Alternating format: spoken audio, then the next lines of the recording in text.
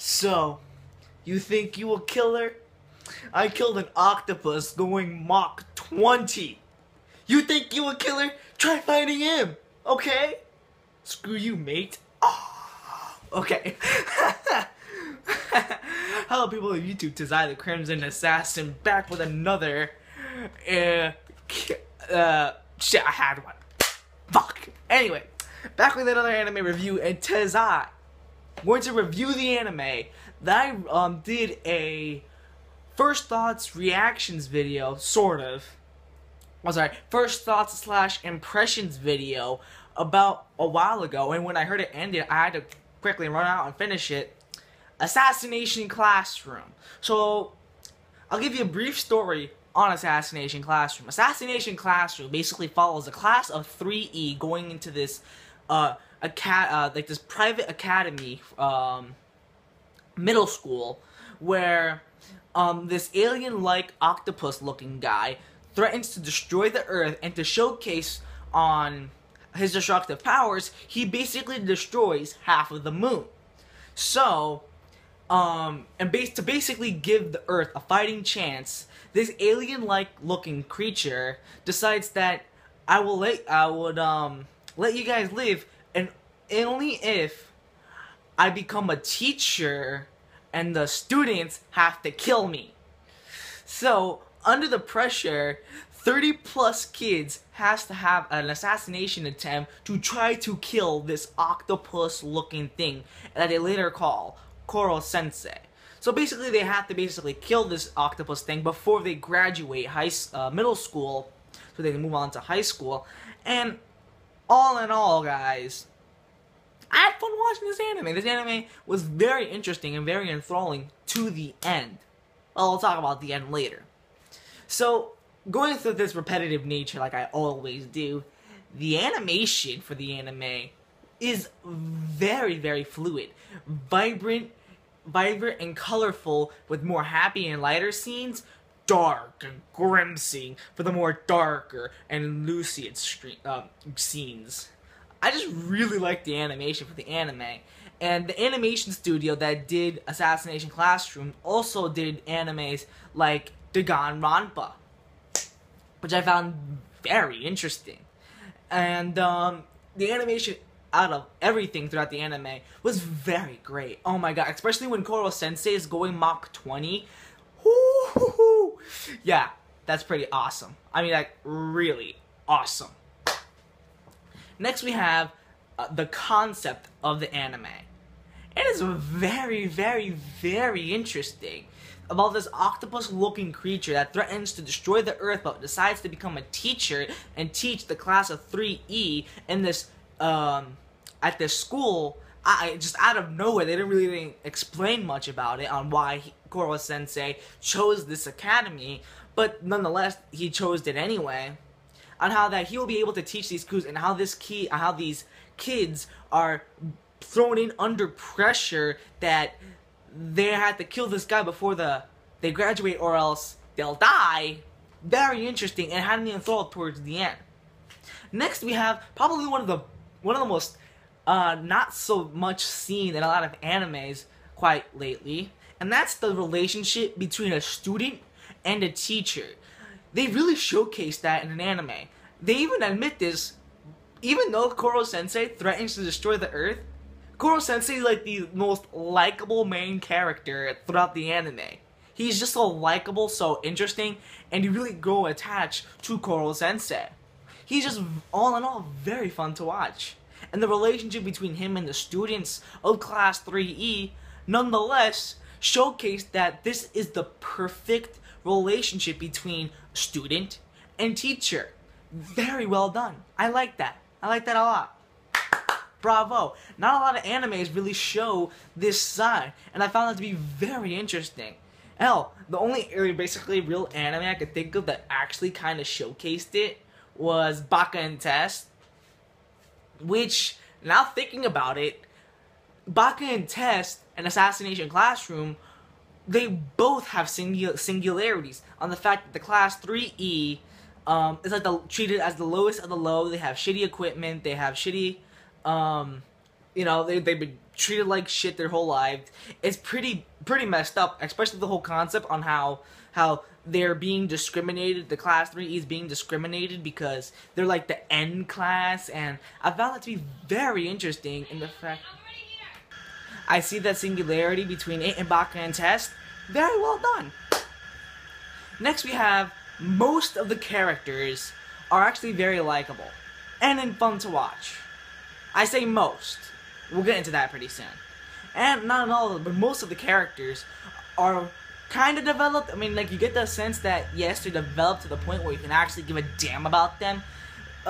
Some characters are slightly more developed than others, but I really like that about the anime, and that they try to develop most of the characters in the anime. And before anyone actually kind of says anything, when this anime was new, I kind of figured it was going to have a read the manga ending, so I actually just went ahead and read the manga myself, and I actually did read the manga. And I noticed that there were characters in the anime that were mentioning in the manga, but they didn't really get much development in the anime. And I found out to be like, what? No way. I mean, like, this character needed development, so why not give development? I mean, I guess I would see kind of why, so they could just progress on with the story, but leave a couple characters behind. But I mean, come on, you could have just at least developed some of these characters, and they showcased that at least they did. But I would have liked to got more development out of them. And like I said, most of the characters are very likable, especially Koro Sensei, like I mentioned before. Koro Sensei is just one of the most likable characters. Sure, he threatens to destroy the Earth, but he's just so likable. I mean, like, you just want to take him, hold him, and never let him go. Literally, don't let him go. He goes to Mach 20. He can fly too, so that's pretty awesome. And last good thing about this anime was the English dubbed. Now, the English dub is made by Funimation, and some of the few standout voice actors and actresses are in this anime, such as Monica Rial voiced as this green-haired girl throughout the anime, which is one of the most one-dimensional characters she has probably ever done. Austin Tyndall as Karma, which, by the way, Karma is absolutely one of my favorite characters in the anime. I just found him to be very badass. Like, you know, she's just awesome. And Austin Tyndall as, or Austin Teal, whatever you say, as Karma, he really embodies it. In fact, when I thought characters such as Karma, I thought Austin Tyndall would actually make a good, perfect character for him. And thank God they did, because he just has so much fun with Karma. You know, I just really like it. Austin Tyndall, good job. Sunny Straight as Koro Sensei is probably one of his best, and not only that, but it's one of his funniest works in an anime in a long time. The comedy of the anime, I'll admit, is fucking hysterical. There are moments in the anime where I actually really laughed out loud. And hell, there hasn't been an anime that I haven't really laughed out loud since Engaged the Unidentified. And Assassination Classroom's main character, Koro Sensei, voiced by Sunny Straight, is no exception. He just has so much fun with it, and I really like his character. So with the good comes the bad. And mainly the bad were coming from the characters. And one of the major problems with the anime was that there is just way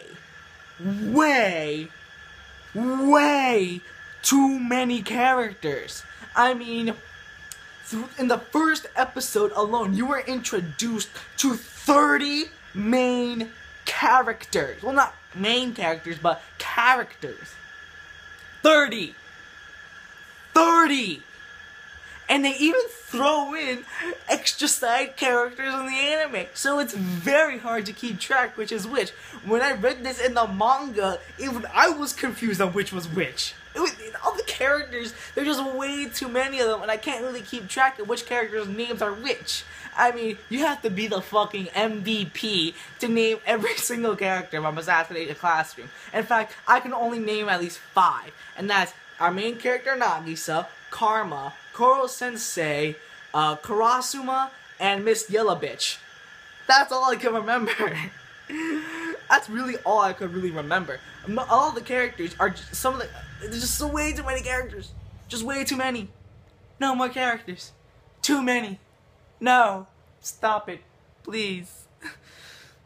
And I felt like they just added some characters to continue on with the plot.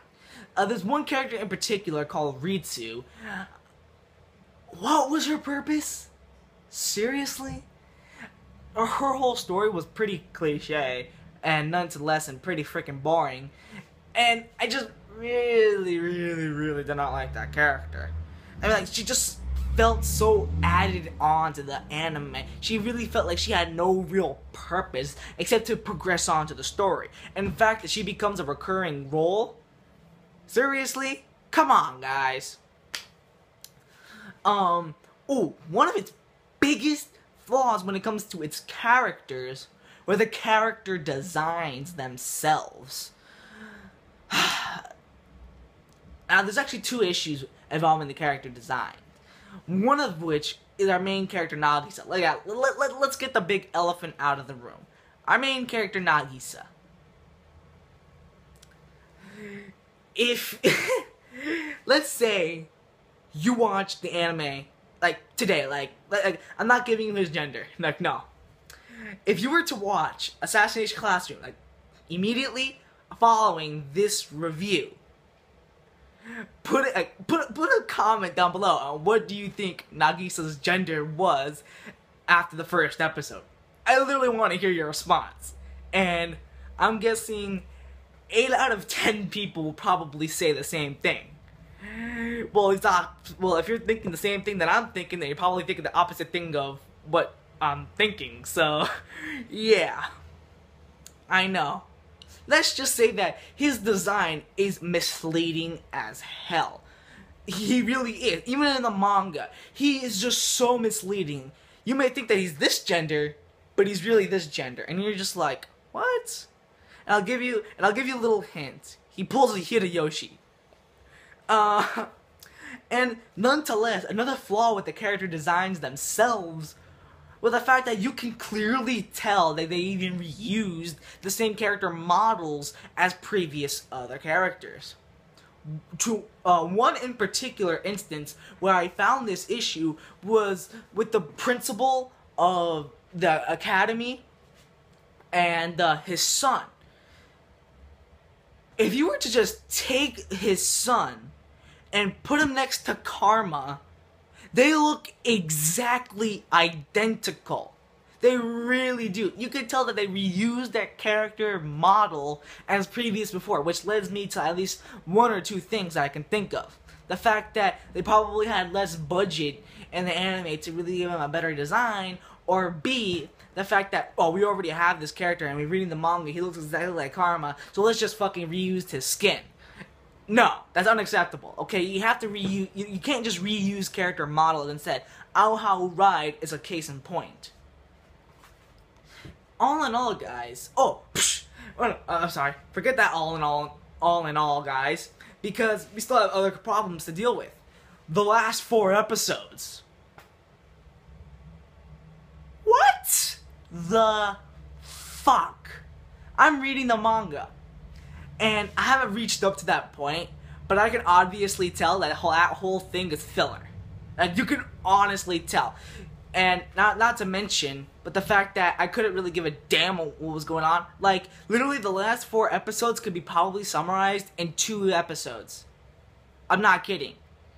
2 episodes is all you need to complete that, but they took 4 instead. What?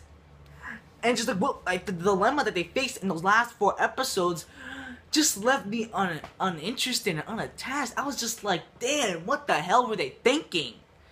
It's just like those last 4 episodes is just one of the main flaws of the anime. And another thing I would have to say about the anime is that we need more backstory about the characters. Now, sure, you guys can say, oh, read the manga. I am reading the manga. But some of the characters, such as Koro Sensei, is explained in the manga, but they weren't really addressed in the anime.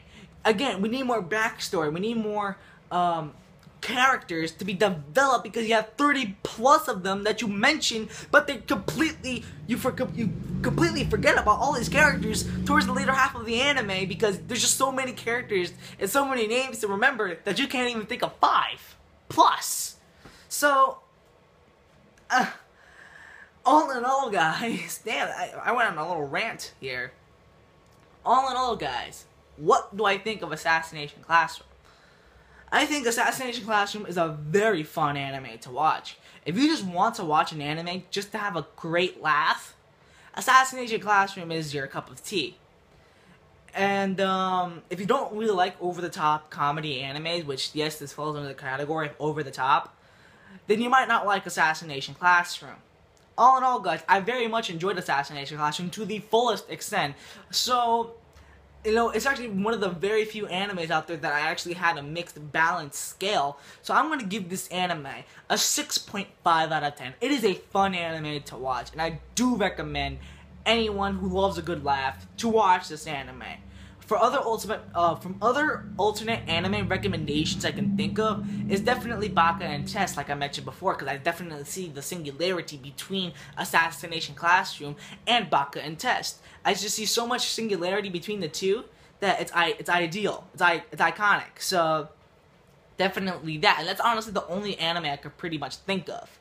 So that being said, guys, that's my review for Assassination Classroom, and stay tuned because I will have a top 10 list set up and being ready, hopefully by the end of this week, and or probably even on on Thursday or Friday. So be expecting a new top 10 list, and until then, guys, if you want to see more videos, please check out the channel. And this is the Crimson Assassin, and I am signing out. Peace, YouTube.